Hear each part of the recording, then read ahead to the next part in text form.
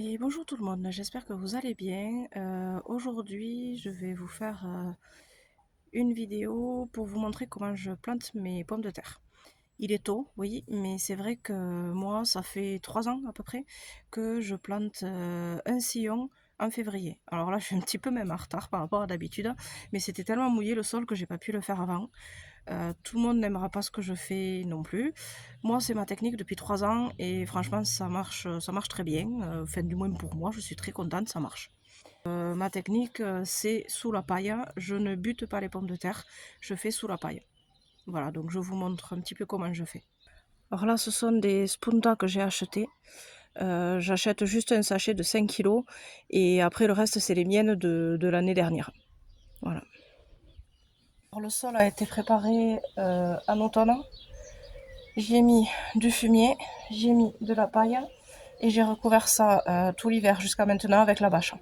Cette année, les bâches, je les ai sorties plus tôt avec le vent parce que ça s'engouffrait et ça partait chez les voisins. Mais voilà comment je fais. Du coup, il y a quelques herbes, mais pas trop. Voilà. Ça a repoussé malheureusement par rapport à d'habitude. Je vais maintenant attraper le cordeau et je vais commencer à tracer. Enfin, je trace même pas un sillon. Je mets le cordeau et vous allez voir comment je fais.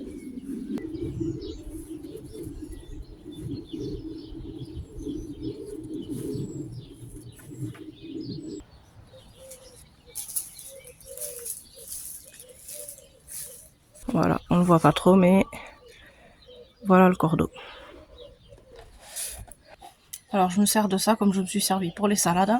Je vais faire un trou, je vais mettre mon pied et je vais faire un autre trou. Et je mets la patate là et je recouvre avec la paille. Voilà, je sais, c'est pas comme les anciens faisaient, c'est pas comme tout le monde fait, mais c'est comme je fais moi et ça marche, écoutez.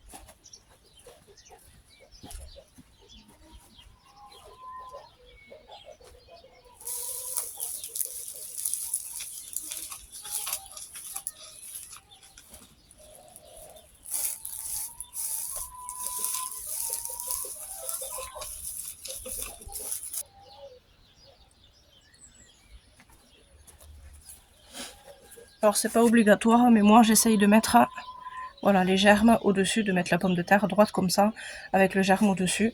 Ça aide quand même.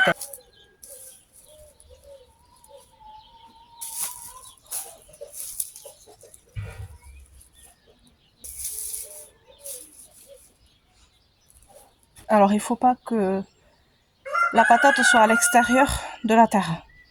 Sinon, elle prend des coups de soleil, elle devient verte et là, elle est mangeable. En fait, il faut pas la manger quand elle est verte. Donc, il faut bien quand même faire le trou pour pouvoir l'enfoncer dans la terre. Voilà, je vais essayer que vous le voyez bien.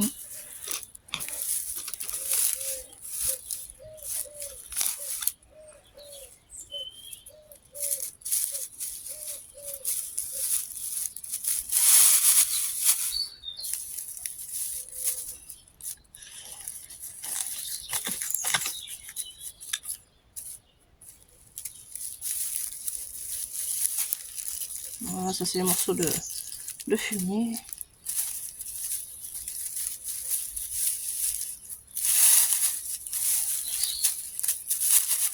Une fois fait, en fait, ça se voit pas. Ça se verra que ça, quand ça sera né. Ça y est, les trous sont faits. Tout le long. On les voit pas trop à la caméra. Voilà, ça y est, 28. Je mets pommes de terre dans le sillon. Je fais 5 sillons. Donc là, j'en fais un maintenant, j'en fais un peu plus tard et après, je finirai les 3 autres en dernier. Voilà, je vais vous montrer un petit peu. Alors chez moi, il y a de l'herbe. Je n'arrache pas voilà, tous les jours. Là, il y a un peu beaucoup d'herbe. Il va falloir quand même que je nettoie un petit peu. Je vais vous montrer l'évolution de mes petits pois que j'ai semés en novembre. Voilà, j'en ai mis en pot après que je vais repiquer, qui sont pas nés encore. Et j'ai des échalotes et oignons que j'ai mis aussi en automne, qui ont passé l'hiver là et qui sont en train de naître. Donc comme je vous dis, il y a de l'herbe. Donc je vais essayer de vous montrer quand même. Il y a des choux aussi. J'ai des choux cala et des choux romanesco. Voilà, celui-là, il faut que je le ramasse, il est en train de monter. Et celui-là, il est très beau. choucale qui est en train de monter en graines aussi, puisque c'est la deuxième année. Et les échalotes qui sont en train de naître. Hein. Voilà, là, pardon, pas de naître, de germer. Et ensuite les petits pois. Ils sont déjà jolis. Alors ils ont une couleur un petit peu violacée. Parce que justement ce sont des petits pois à cause violette. Des petits pois grimpants. Je vous montrerai l'évolution. C'est très joli.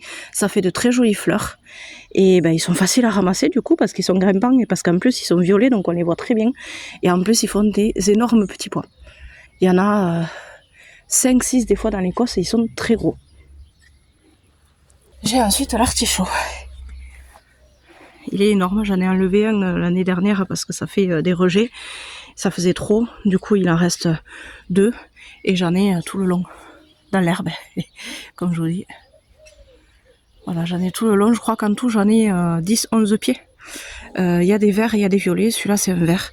Il est énorme, il nous en a fait, je crois qu'on avait compté 36 l'année dernière. Ah oui, j'ai aussi de la mâche. De la mâche qui naît un peu partout parce que ben, j'en sème chaque année en fait. Et à chaque fois elle me renaît un petit peu partout. Du coup j'ai pas mal de mâches à travers l'herbe et à travers la paille qui renaît chaque année. Voilà pour ma plantation de pommes de terre, je vous montrerai un petit peu l'évolution. Et évidemment quand je les ramasserai pour vous montrer que ça marche quand même. Je sais que certaines ne seront pas d'accord avec moi, hein, qu'il risque d'y avoir polémique, mais bon. Voilà, j'ai trouvé ça quand même pour travailler un petit peu moins sur le jardin parce que j'ai pas le temps, malgré tout.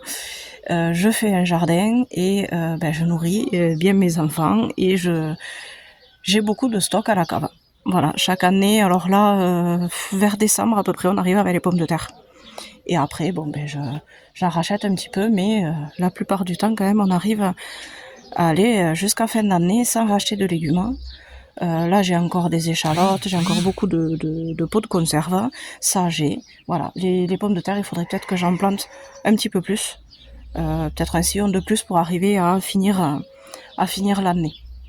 Excusez-moi pour la luminosité, c'est vrai qu'aujourd'hui il fait pas très soleil, il fait pas très beau. Par contre, il fait un peu lourd quand même. Moi dans la serre, elle est ouverte, j'ai 19 degrés, il fait quand même un peu lourd. Voilà, donc là maintenant je vais continuer à repiquer. J'ai repiqué plus de 600 tomates. Je vais continuer à repiquer. Elles ont grandi un petit peu. Hein. Voilà, elles ont grandi un petit peu. Je sais pas si vous verrez, elles commencent à faire les feuilles. Les vraies feuilles.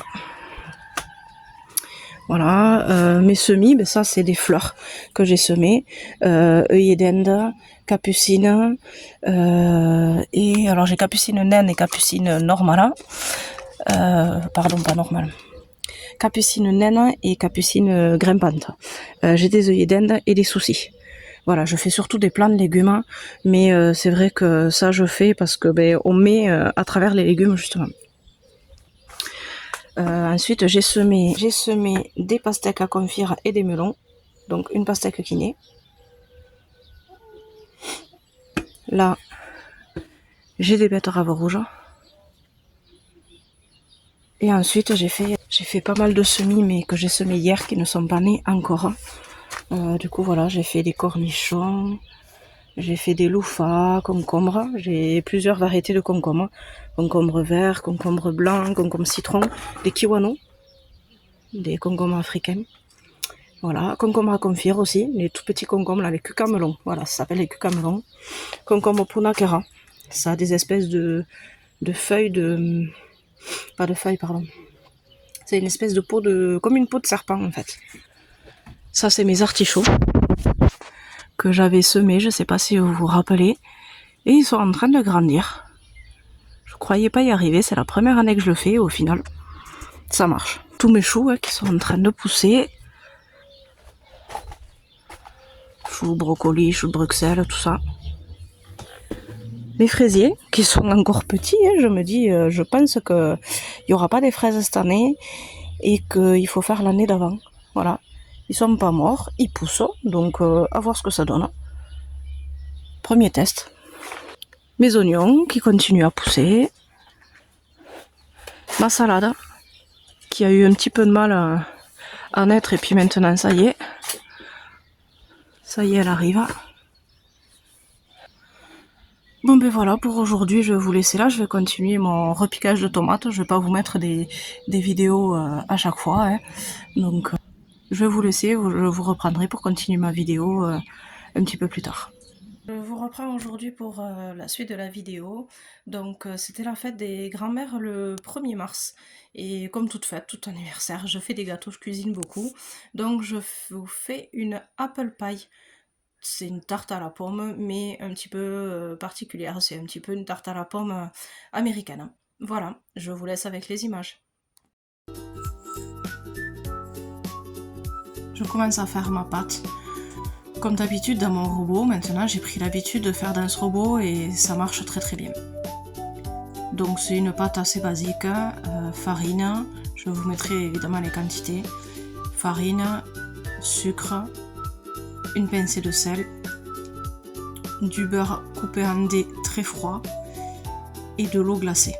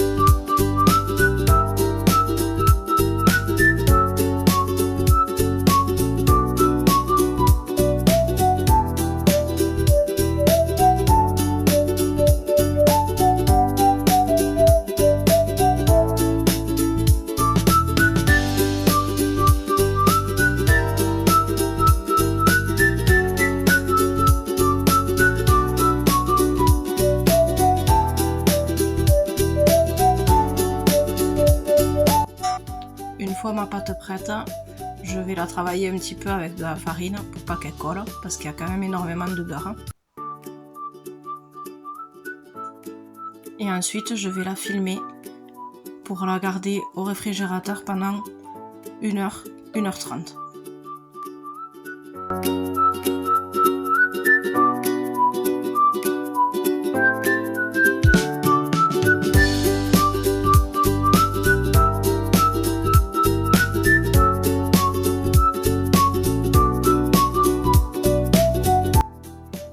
Le temps que la pâte prenne au frais, je vais maintenant préparer la garniture.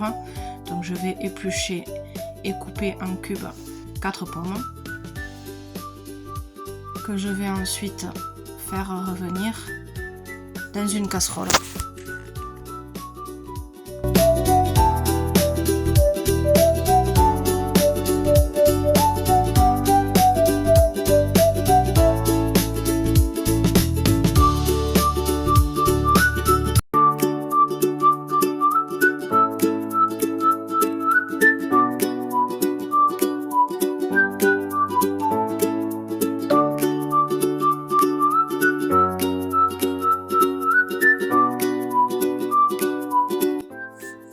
Une fois toutes les pommes coupées, je vais maintenant les faire revenir à la casserole.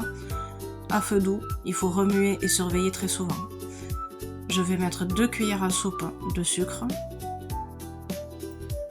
Je vais y rajouter de la cannelle, selon votre goût. Nous, on aime beaucoup la cannelle, donc j'en mets pas mal. J'y mets 2 cuillères d'eau pour pas que ça accroche. Et enfin, je vais y rajouter du miel, selon votre goût aussi. Et je remue très souvent, très régulièrement, pour pas que ça accroche. Ça cuit très vite, on aime bien quand il y a un petit peu de mâche, donc on peut laisser voilà, les pommes pas tout à fait cuites. Je couvre, ça va plus vite. Je vais laisser les pommes refroidir complètement. Ensuite, je récupère ma pâte. Alors là, j'en ai 2 parce que j'en avais fait une d'avance. Je vais, comme toujours, fariner mon plan de travail et mon rouleau pour pouvoir travailler la pâte qui a durci au frais. Alors 2, pourquoi? Parce qu'il y a le dessous pour mettre dans le plat. Et ensuite, il y a le décor, le quadrillage pour le dessus.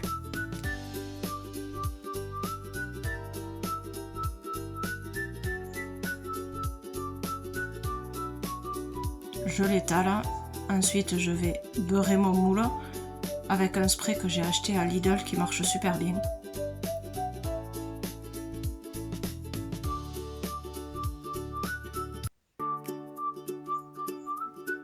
Un petit peu de farine pour que la pâte n'accroche pas. Et ensuite, je vais foncer mon moule.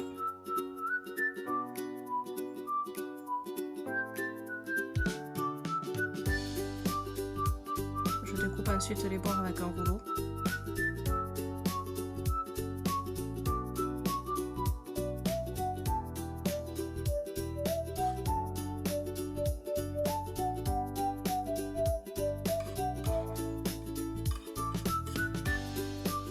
Et une fois que c'est refroidi, je vais poser ma garniture dessus. Je prends ensuite ma deuxième pâte que j'étale, toujours avec de la farine.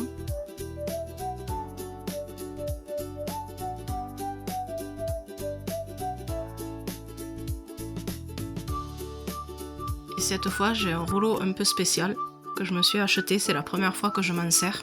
Le premier coup, j'ai loupé, j'ai réussi le second. Il faut appuyer assez fort pour pouvoir découper.